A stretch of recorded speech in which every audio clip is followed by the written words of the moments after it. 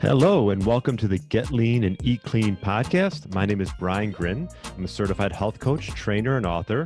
And this podcast is for middle-aged men and women looking to optimize their health and get their bodies back to what it once was 10 to 15 years ago.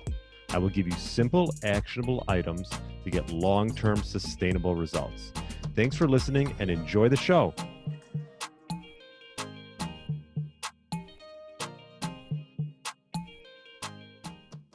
All right, welcome to the Get Lean, Eat Clean podcast. My name is Brian Grin. Hopefully you had a great weekend, maybe enjoying some nicer weather. It's getting warmer in Chicago, which is great. And I love this time of year with the NCAA tournament. And we got Augusta coming up with the Masters. All the golfers know what I'm talking about. And hopefully you listened to my interview with Dr. Robert Lustig, which was just published on Friday. This was a really enjoyable interview. We really touched on his book, Metabolical, which I enjoyed and read it from front to back.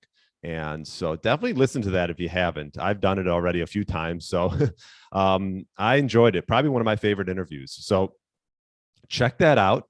And today I wanted to touch on a pretty important topic, something that I work on a lot with a lot of clients, because what I try to do when I'm working with individuals is find those low-hanging fruits that make the biggest impact in their lives to move them forward. And so these low-hanging fruits that make the biggest bang for your buck, I've talked about a lot of other things in the past, but purging your pantry and your refrigerator are so key because, nowadays, I don't know about you, but a lot of people are working from home. And if it's not in the kitchen, we're not going to eat it. This goes true through no matter if you're a really healthy individual or you're not. There's things in your pantry, and you know what they are, or in your fridge that you just are not good for you. And you know that. We all know that for the most part. So if they're not in there, it makes things a lot easier as far as adherence to having a healthy lifestyle. Now, I'm not saying you have to get rid of every little thing that might be like a pleasure for you to have, a guilty pleasure to have every once in a while. Like I keep a few things in there that I like to have every once in a while, but I get rid of, or I don't even buy the things that I know that are going to be tempting. I'll give you an example. Recently, we had some family over about a week ago. My mom brought 5, probably 6 pints of ice cream, now homemade ice cream from a nice place here locally. So that was good. We didn't have there's none of artificial ingredients. It was all homemade, which is great. But, there's plenty of sugar and plenty of tempting items within these 6 pints of ice cream. So we didn't need those leftovers. And, we kept them for a few days, and I indulged a little bit here and there, but realized it was not really what I wanted to do or even be tempted to do. Or eat. So my wife and I, we got rid of them.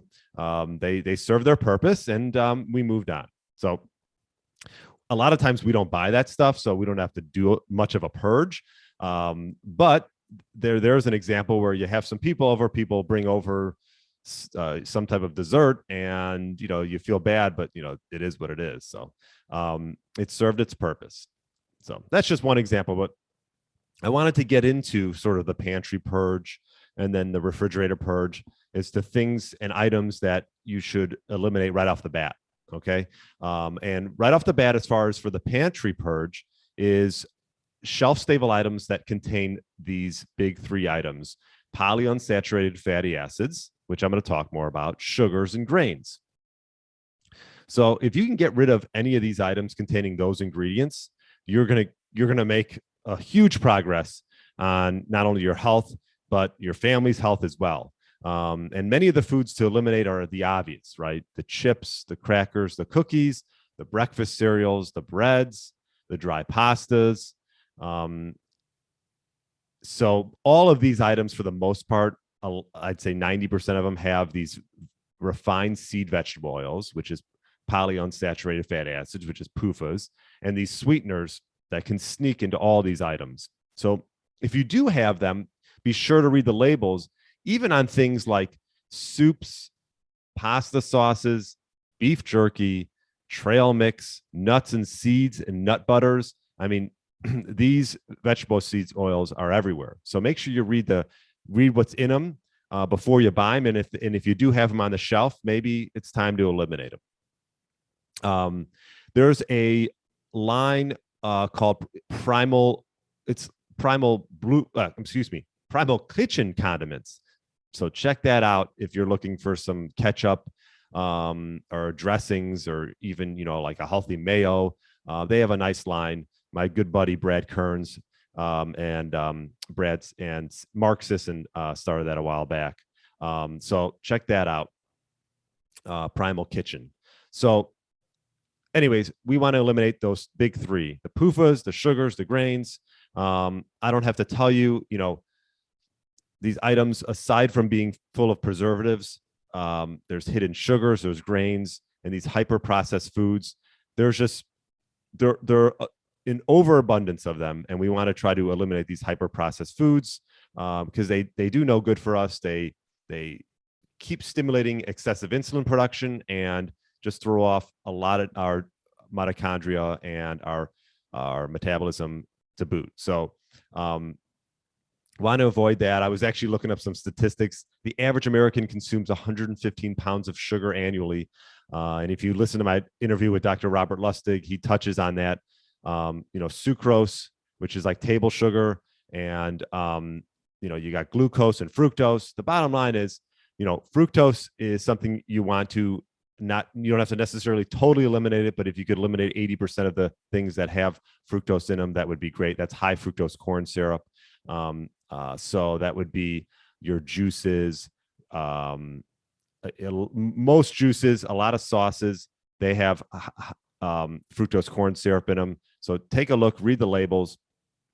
Also, another one, once you get past the sugars and the grains and the PUFAs, so if you can eliminate those chips, crackers, cookies, those breakfast cereals, and those breads and the dry pastas right there, I mean, start with that.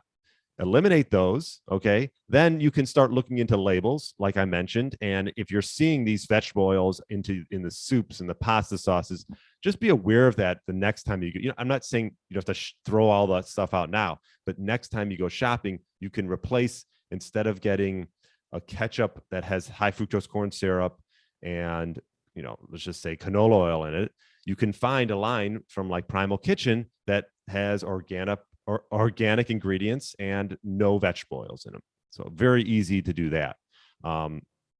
Once you get past those, then we're going to get into the refrigerator and the freezer. And if it has a label, read it. And some things that I definitely would think, I think you should toss out are like the Skim Milks. Okay. If you haven't listened enough, you're better off doing the whole milks, the ones with some saturated fat in them and less sugar, the coffee creamers that are all sweetened and flavored, sweetened yogurts, low-fat yogurts, the processed cheeses, the ones that like last forever and you spray out of a can, done. Processed meats with chemical preservatives, sugar, and artificial flavorings.